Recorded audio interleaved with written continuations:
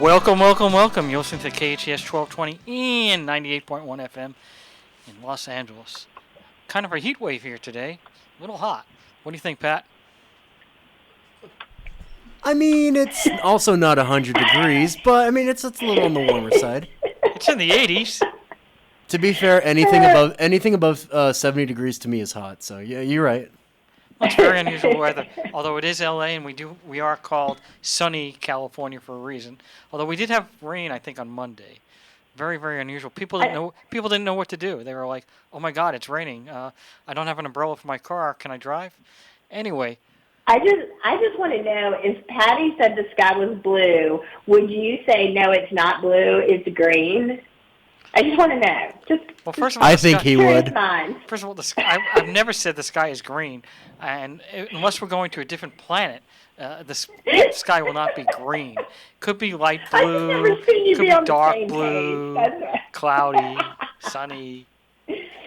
Now, if you consider the sun is yellow and the sky is blue, and you mix them together, you do get green. So, got to understand the primary colors. Then. That's our Sesame Street lesson. But we have one more Sesame Street lesson, and that is each week we talk about why we spell Brien with an E. But this week, I thought we were going to change it up a little bit. And one of the questions we have, is last week we came up with a new E, so we want to make sure that people are aware of this new E. Pat, do you remember what the new E was? Not one bit. I really don't remember. Well, my memory is fleeting. Well, I guess when you get that age. Anyway, it's educate. We are attempting to educate our listeners about business things. Plus, the engineer who's working, as opposed to you who are playing games, is Emily with an E. So, we have two other reasons. Hello. But, Patrick, so why? More estrogen. That's an E. More estrogen on the call. I like that one. Don't worry. I have enough testosterone to destroy everything. Oh, Lord. Oh, Lord, indeed. I'm with you, Tracy. So, Pat, why do we use E for educate? Wait, I still don't get just it. That one, or you mean the rest of No, these? let's use the E for educate.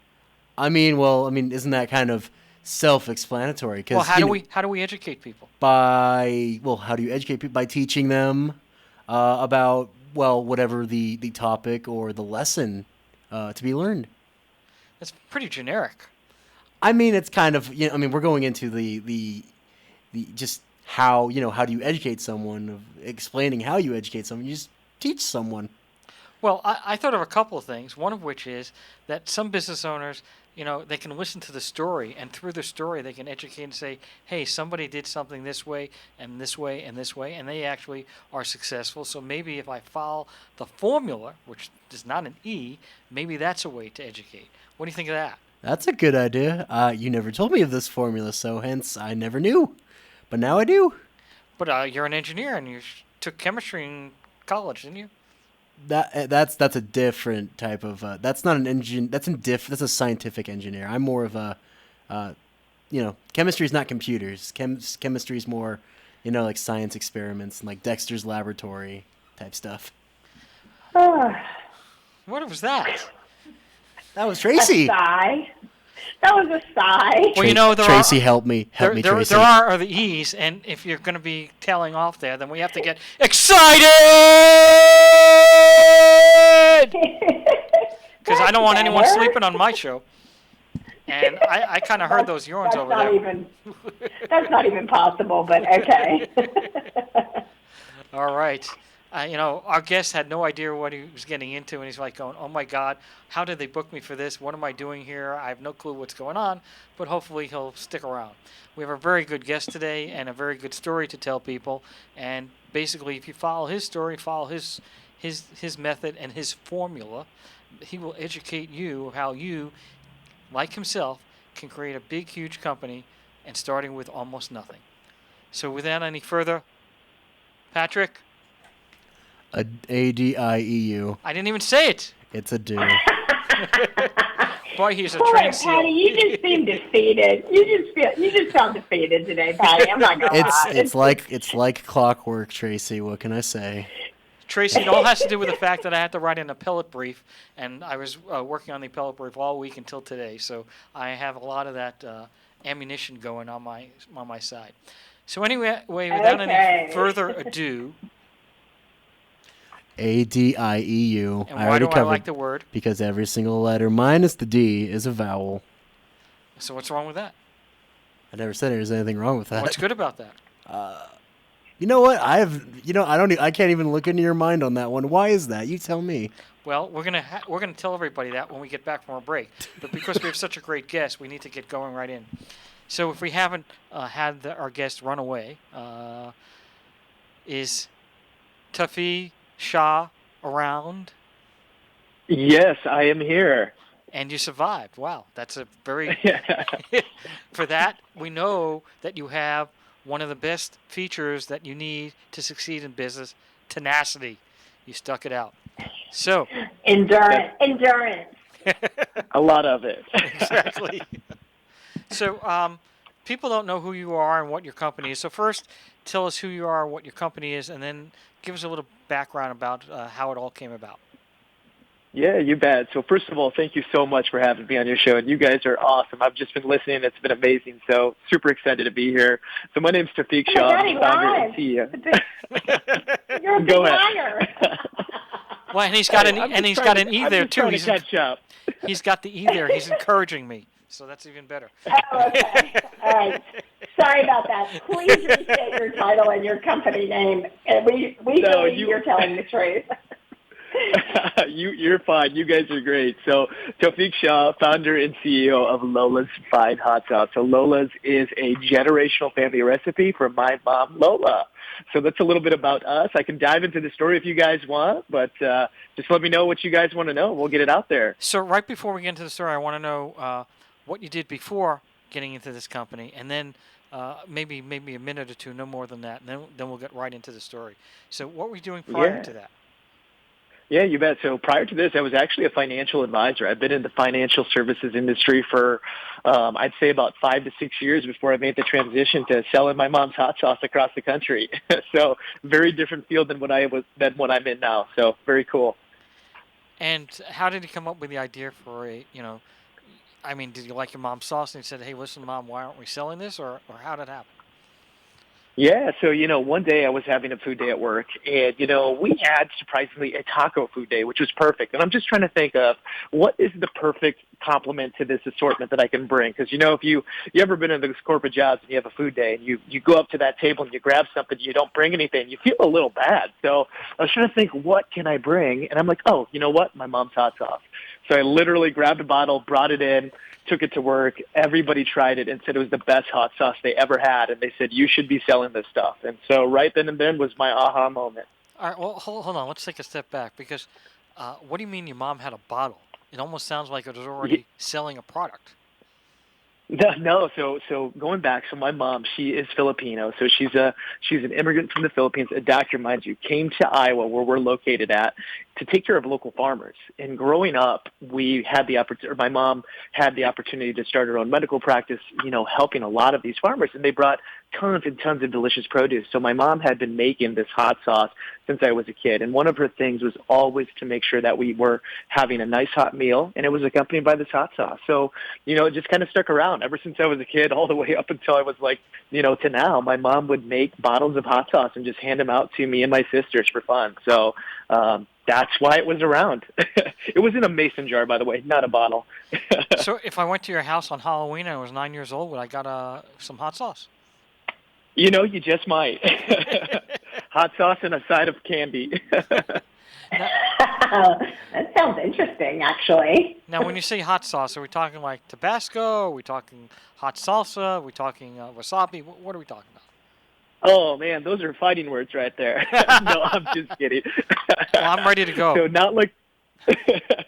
So Tabasco, not trying to be like them. They're a great company. They've been around forever. This is more of a different type of flavor. I mean, everything that we use, it's all natural. It's vegan. It's gluten-free. We use fresh, real ingredients. We source everything from farmers and try to grow as much as we can locally. So we really only have 5 to 6 simple ingredients, and it's one of those hot sauces that's full of flavor. I don't know about you, but some of those, standard ones, such as Tabasco and others, to me, they're just kind of vinegary. They just don't have enough heat or flavor. And this is kind of that perfect blend between flavor and heat with a little bit of umami in there. So you just get a delicious taste that enhances all of your cuisines. Well, I think the reason why I mentioned Tabasco is I went to the University of Buffalo, and when I went to the University of Buffalo, that's when buffalo wings were just starting out. So Tabasco was a main ingredient. But I just thought of a new thing you could do, right? Instead of having people make a recipe of buffalo wings with Tabasco, let's use the Lola sauce. Let's try that out. Let's see if it works. Exactly. And you know what's even better? We actually have a hot sauce that's called Buffalo. So it's a buffalo creamy butter sauce that we make. It's delicious. We have it in a jar. We sell it in retailers. It's fantastic, and we sell it online. So let's again go back. So you have this idea that, hey, people like it. How many years ago was that? So I started Lola's back in 2016. And did you start it, was it just you, or did you start it with your sisters, your brothers, your family, or what? Oh, it was just my mom and I. So my mom and I, we were still working our corporate jobs before we moved out, moved on and transitioned to this full time. But essentially, my mom and I would rent a commercial kitchen every single weekend, and I'd go to that kitchen and I'd make hot sauce, and then the following week I would go sell it at any farmer's market I could. So literally, we did that. It was a grind after grind after grind, and it was so much fun. So what about the bottling and the labeling? Because I would think that you have to have it in a bottle, right? So did you have a pre-made a company that did that for you, and then you were able to put it in each jar, or how was that? Or was it just the mason jar concept? That's a great question. So we actually used the same woozy bottle that we used back in the day. So, I mean, really what we did, it came down to doing a lot of research and just trying to learn as much as I could. So, I went online and looked, hey, how do I get a glass supplier? How do I find a label maker? I mean, back then, my mom and I were buying the 5-ounce woozy bottles off maybe Amazon or eBay or something, bringing them home. And then literally our label was like an Avery Craft Brown label. The ones that you get and print off your printer? That's exactly what we had. So that's how it started. Now, I know that if you sell these in stores, you have to get something called the UPC code, Uniform Product Code, and you have to actually apply for it and get a unique UPC code for your bottle. So how long did it take you before you got into that area? That's great because it's a great question. So, after doing the farmers markets for a year, from 2016 to 2017, it was just really a grind, loading my car up and selling my hot sauce that we'd been making out of the commercial kitchen. And I said, there's got to be a better way to do this. Being in Iowa, the next logical choice, we have Hy-Vee and we have Fairway. So we're like, you know what? I want to go to these retailers. They all brought it in, but they said, you've got to change your label. It doesn't follow code. So I literally, spent hours of my day just learning how to do it. And it was all self-taught. You can find it all on Google pretty easily. And then how long did it take you before you knew you had a hit? Was it on day one, or did it take a couple months or a couple years, or what?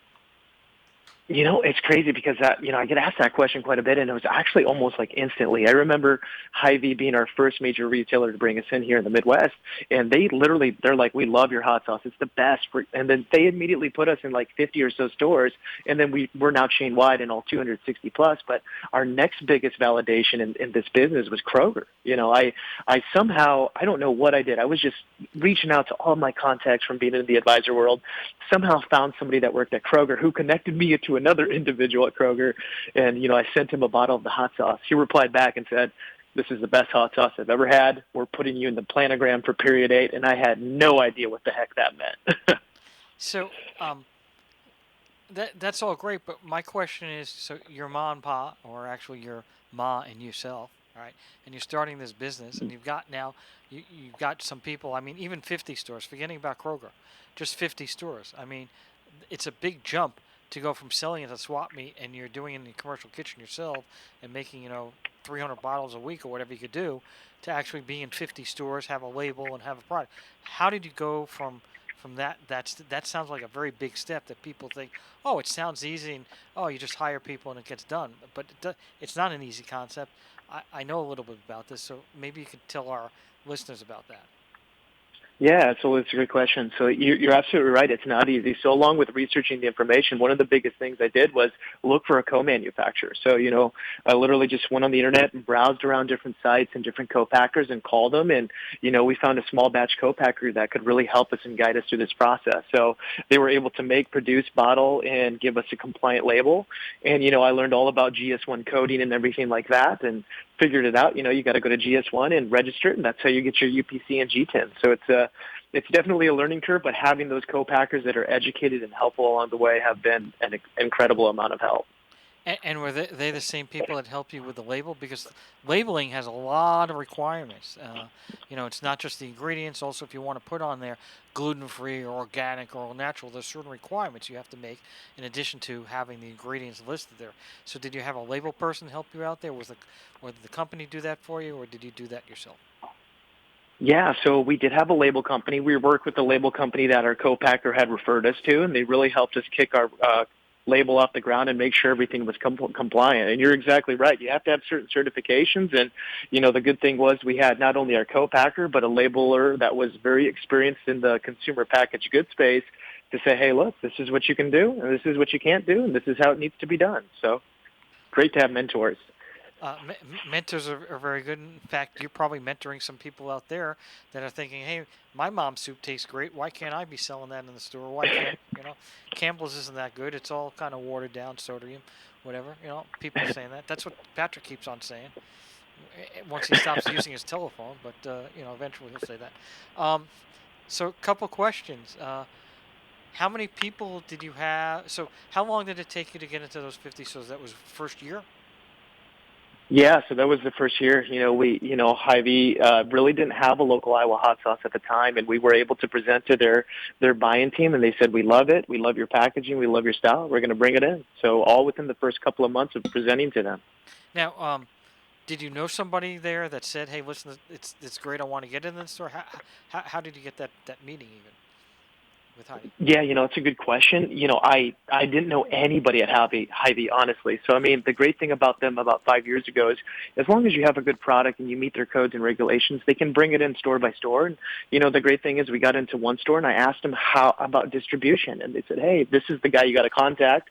Contacted him and I just asked for a meeting and he said, come to my office, we'll give you 15 minutes. And we did and presented and all of a sudden we got into their distribution channels. So we're going to be having to take a break in about 15, 20 seconds, but one of the questions I want to take on break is, and think about this, shelf space.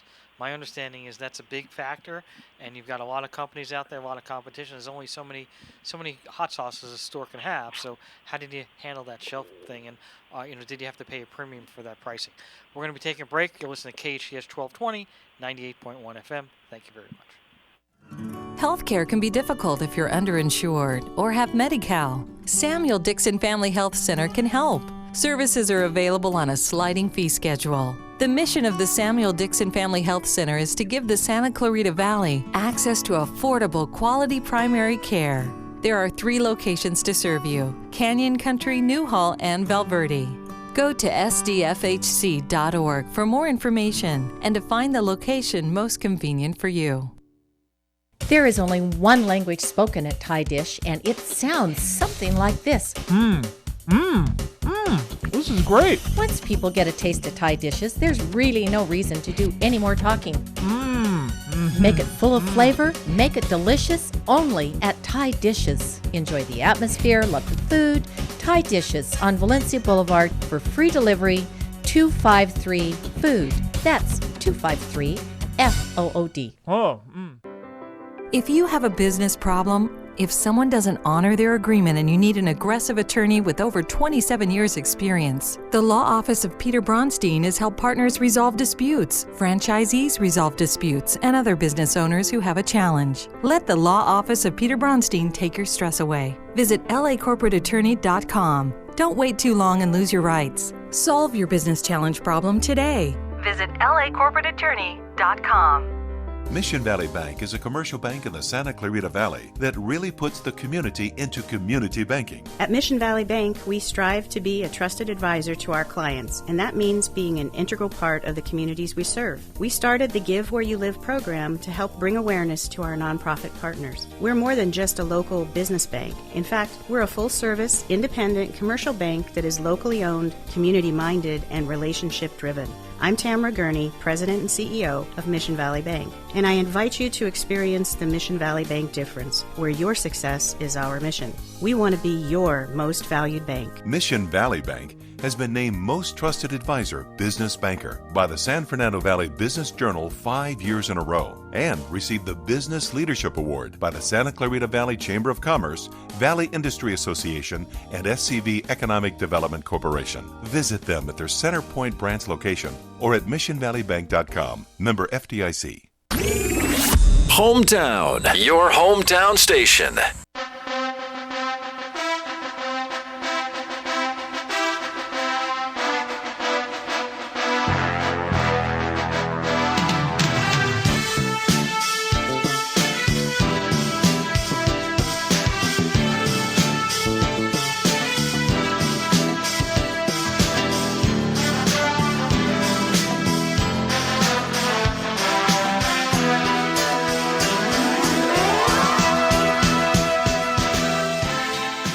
Welcome back. You're listening to KHTS 1220 and 98.1 FM with our great guest.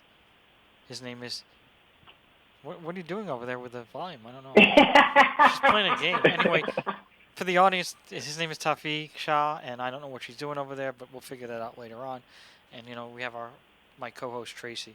Traci, before you get started, I did have that last question about the shelf space. So I've been told that sometimes some retailers sell their shelf space and sometimes they don't. What's the rule on that, and how does that work, and have you had to do that? Yeah, absolutely. That's a great question. So, some retailers are like that and some retailers aren't, especially, with us. We're minority owned and certified locally right here in the Midwest. So being Asian minority owned has been a super tremendous help.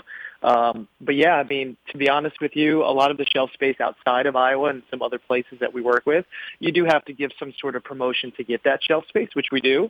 And then you also have to meet certain thresholds for turns, how many people are buying your product. So, we really work close with those retailers to try to negotiate to get a good deal on the shelf and then get things rolling and prove ourselves and then just add more from there. Now, once you have paid for shelf space, if you have to do that in certain circumstances, is it ever a time where they say, well, the product is too good, so we're going to not charge you as much, or is it something that, once it's built into the system, they ain't letting go and it's always going to be that price or higher?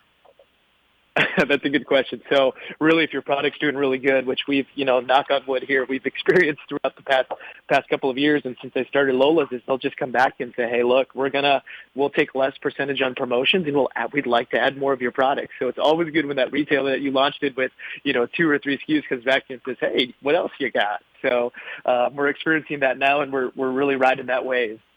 And before I turn it over to Traci, the last question is, where can people go to get the product?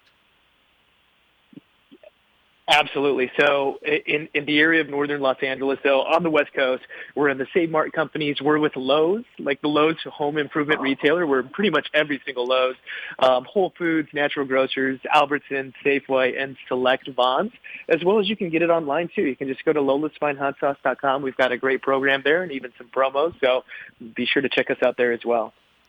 And Traci, you're on. Thank you. Well, what a perfect segue into my first question, which has to do with Lowe's. Please share with us your experience in how you actually got into almost every single Lowe's story, because I think it's an entrepreneur's dream come true to hear what you are able to achieve.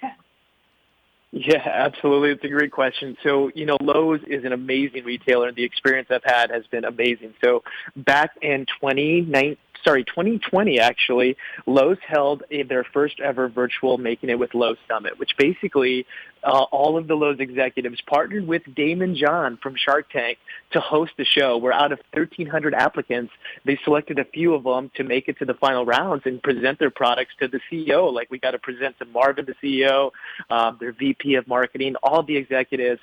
And it was kind of a round-robin Shark Tank style. So, it's crazy. I went through it. I applied online, and they just kept saying, hey, send us a video. Send us another video. And then all of a sudden it was top 50, top 10, and then top 3. So it was just an amazing experience to be part of that. It was almost a dream come true for us. So it was incredible.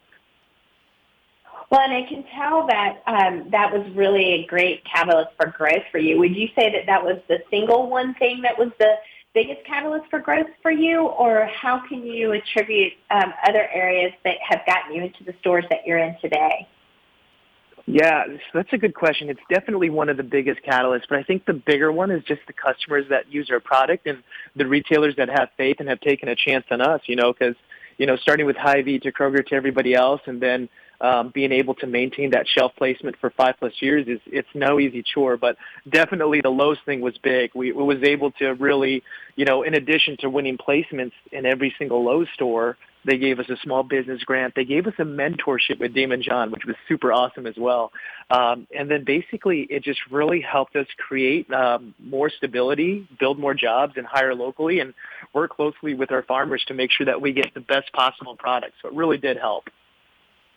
And I think, this question was positioned when we were on the break, but I think it's really good for everyone to hear. How do you build the bridge between Lowe's, who's known as a home supply warehouse, if you will, for construction and lawn and garden and things like that? How do you build the bridge between being able to have shelf space within Lowe's for a hot sauce product?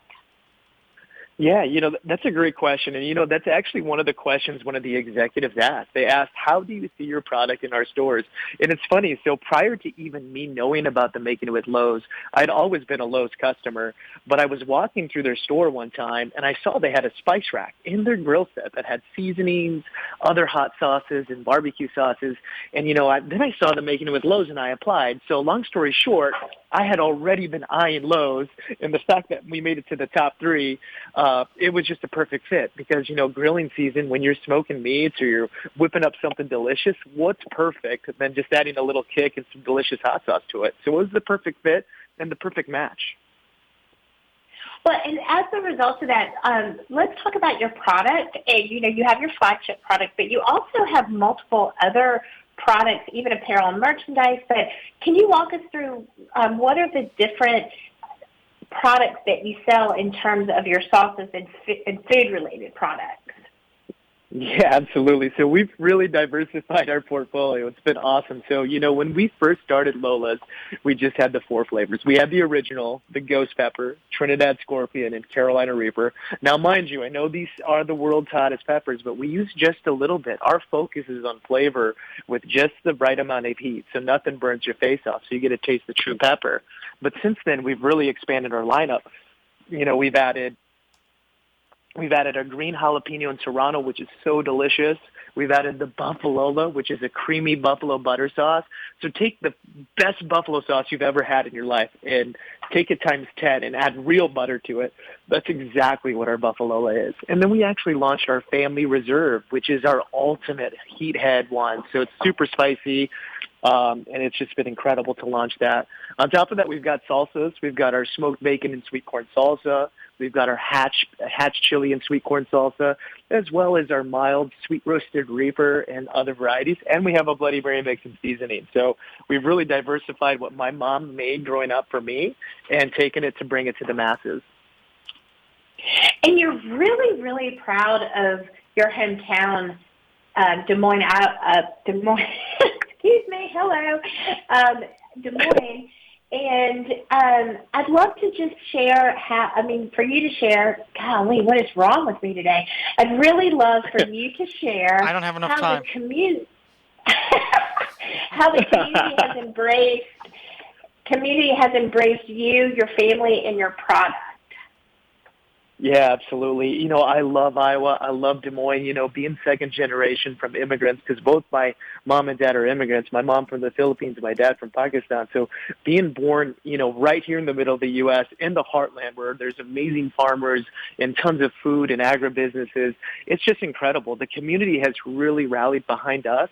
And more so, they've rallied around our family and our story to really showcase what Des Moines has to offer. Because, a lot of people say Iowa's a fly-by state, but I love Iowa. This is my home, and there's so many amazing things happening here, and it's the place to be right now. So we're really excited to share that, especially to your listeners and customers. So it's amazing. So let's talk a little bit about this family-owned business, because I know that it makes such a great story, and it's really wonderful, and I love how you share about your mom and the enthusiasm you talk about. But let's go behind the scenes a little bit, and how difficult is it really to work within and run a family-owned business? That's a good question. So, surprisingly very easy. My mom and I have always had an amazing relationship because, growing up, my dad was in the U.S. Army, actually, and he was actively deployed and served 30 years. And so my mom was building her own practice and really raised me while my dad was, stationed. When the military tells you got to go, you got to go. So, we've always had a good relationship, and working with her is amazing. I mean, she does all of our quality control. She does everything from tasting to making recipes and developing new ideas. It's incredible to watch her work, and we get along very well. So it's been fun. So it sounds to me like you have really designated roles within the company. Can you share how that's worked, especially in the startup environment? And then let's also talk about how you're planning on scaling your team. So how do your differentiated roles work now? Yeah, absolutely. And we owe a lot of our successes to our team. Our team's amazing. So, you've got my mom who's the head of quality control. She does everything and R&D development. So if it's we're going to slap a Lola's label on it. She's the one that either she had to, one, invent it. Number two, it has to taste good. And three, she has to test it when we go to large scale production. We've got a fantastic marketing team that's internal. We also have marketing partners. We've got our sales reps. We've got our administrative team, which really are the backbone of our team, company. But really, it's really our amazing team, which we have 8 people on staff, and we're hiring actually 2 more, and we have a new full-time person started with us. So really owe it to them, and scaling has been amazing with them. And where is the area that you really feel like you would like to see growth within your team? Like, what is the area that you would like to hire more people and really see growth happen from there? Yeah, so we'd really love to see, everything from our administrative to sales team grow. Obviously we're bringing on another sales member, and the more sales you have, the more back end work needs to be done. So, we're really working on that, and I'd love to see the team grow and see if we can get into more retailers. I mean, we're just in the U.S. and Canada. There's other countries out there, Australia, Europe, Japan, all those places. We want to get out there. That's our goal. And how did you develop your branding? Did you use a marketing agency, or did you develop it in-house? That's a good question. I actually designed our brand, so it's crazy. When I first started Lola's and started down this rabbit hole, I was just so attentive to detail. I've always been attentive to detail on the branding and marketing side. And, I used kind of a random generator program. I can't remember what I used, but, I fiddled around with it, and I'm like, that's it. The chili pepper, Lola's Fine Hot Sauce. It looks great. That's exactly what I want. Let's go. I love the simplicity of it, and I love just the clean fonts and everything that you did, and I'm sure that it has translated really well into your products and then in apparel and merchandise too. So is the apparel and merchandise really just for fun, or is that a separate revenue stream for you that you want to grow?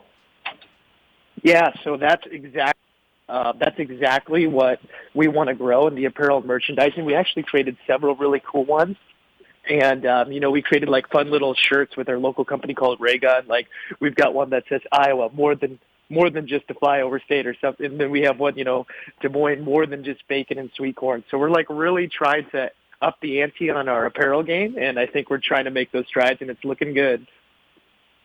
I love, our listeners can find this on your website where it says Iowa, but you use the pepper as the I, but it says humidity, yes, but don't forget the heat. That's amazing. Exactly. I love that one. That one's hilarious. That is definitely great. So with your, do you anticipate that you will stay a family-owned business for as long as possible, or what are your plans to scale when you're talking international growth? Like, that's a massive next step. How do you see the company evolving? Yeah, so we're staying as a family business for sure, and we'd like to retain as much as we can and keep the controls because my mom, she gets the chance to taste test everything, but we've been open to taking a look at opportunities to help with that growth. But right now we're in a position where we don't really need to take on additional investors or anything like that. So it's been great to just be able to fund everything ourselves and keep the momentum going and build the brand. And you mentioned that one of the things that you're a stickler about is your attention to detail, which I think is an absolute success trait for any entrepreneur. What would you say maybe your other top two, other than attention to detail, so your top three, what would your other two examples of things that you feel like that have made you a successful entrepreneur? That's a good question. Not to toot my own horn here, but I love talking to people. So being able to have amazing conversations and engaging, I think the skill set and just really enjoying and talking to other individuals such as yourselves, and really just the passion behind the brand. So I mean, when I'm built the way where when I get involved in something, I love it, I breathe it, I live it, and I just do it over and over, and it never stops. So my love for our company, our brand, my mom and her sauces and everything together, it's all just fueled by one thing, and that's to create the best hot sauce in the world. So those are the traits I would say. Well, we're going to take a break, and we'll be right back with KHTS 1220, 98.1 FM. If you have a business problem, if someone doesn't honor their agreement and you need an aggressive attorney with over 27 years experience, the Law Office of Peter Bronstein has helped partners resolve disputes, franchisees resolve disputes, and other business owners who have a challenge. Let the Law Office of Peter Bronstein take your stress away. Visit lacorporateattorney.com. Don't wait too long and lose your rights. Solve your business challenge problem today. Visit lacorporateattorney.com. Circo, hermanos caballero.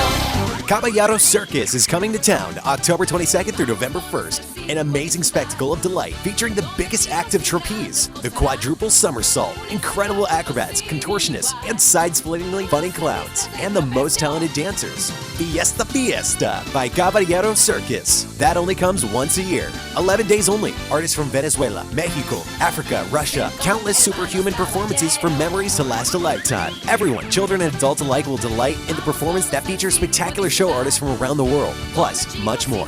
Caballero Circus in Valencia, October 22nd through November 1st, with plenty of hot dogs, cotton candy, nachos, refreshing beverages, and more. Buy tickets at the box office or circocaballero.com. Caballero Circus at the Westfield Valencia Town Center. Children 10 and under get a $10 discount with a paid adult ticket. One show daily at 7:30, 2 shows on Saturday, and 3 on Sunday. For more info, call 844-372-9276. Caballero Circus. De Guadalajara, Circo Caballero. Loss of hearing can affect the quality of life. Santa Clarita Hearing Center can help. They specialize in both preventative hearing loss and corrective measures, including diagnostic tests, new technology hearing aids, cochlear implants, hearing protection, and tinnitus treatment. They can adjust your current hearing aids or fit you for new ones. Santa Clarita Hearing Center also offers sleep molds, swim molds, and musician monitors. Book an appointment today. Log on to SantaClaritaHearingCenter.com. Located on McBean Parkway next to the hospital. That's SantaClaritaHearingCenter.com. Hometown. Traffic report, simple news, weather, and lots of music. They pretty much play everything. Your hometown station.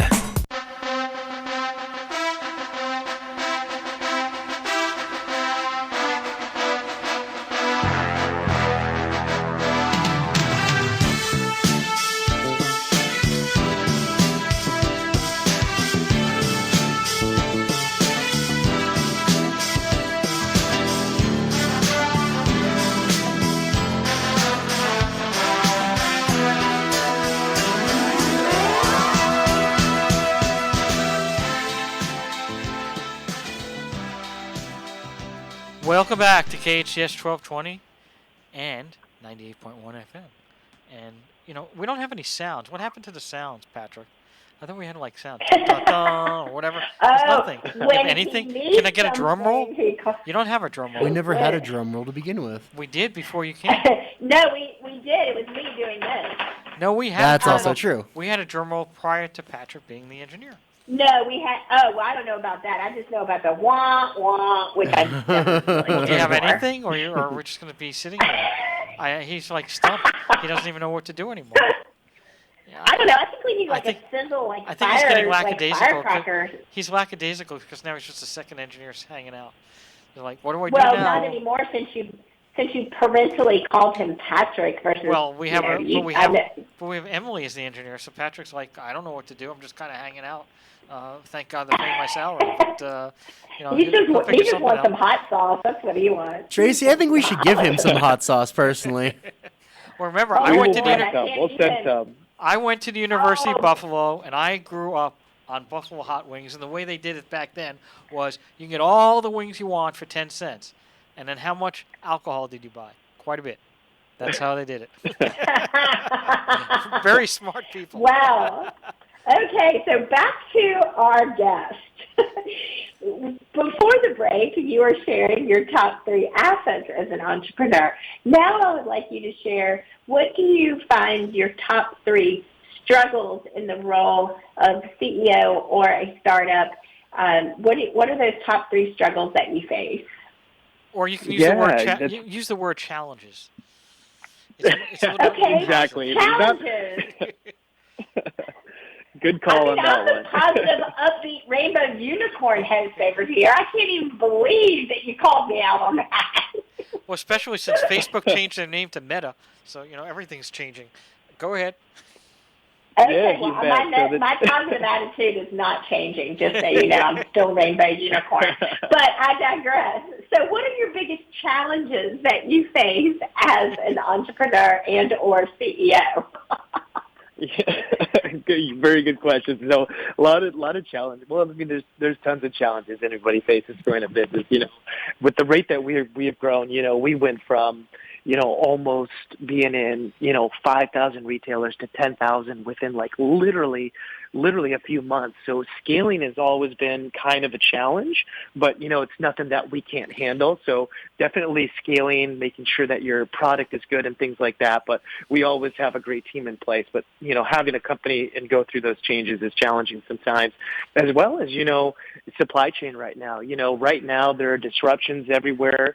Being able to maybe, focus on what's important and what are the things that are coming in the near future with all these, shortages and things like that. It's, that can be a challenge, as well as, the big challenge is, growing a team. You've got a lot of meetings, you're hiring on more people, because everybody's a jack of all trades, right? Everybody's doing a little bit of everything.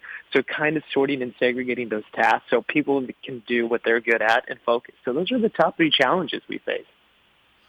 One of the things that I'm very surprised at that you have not mentioned, and it's usually the biggest factor for businesses, it's funding and money. Because when you're scaling a business, and now we got 10,000 units that we're selling, and now we're selling 20,000 units. All right, there's usually a problem because your accounts receivable is going to take a while to come in, and so many businesses have this funding issue. I have not heard that at all, which I'm actually kind of shocked at.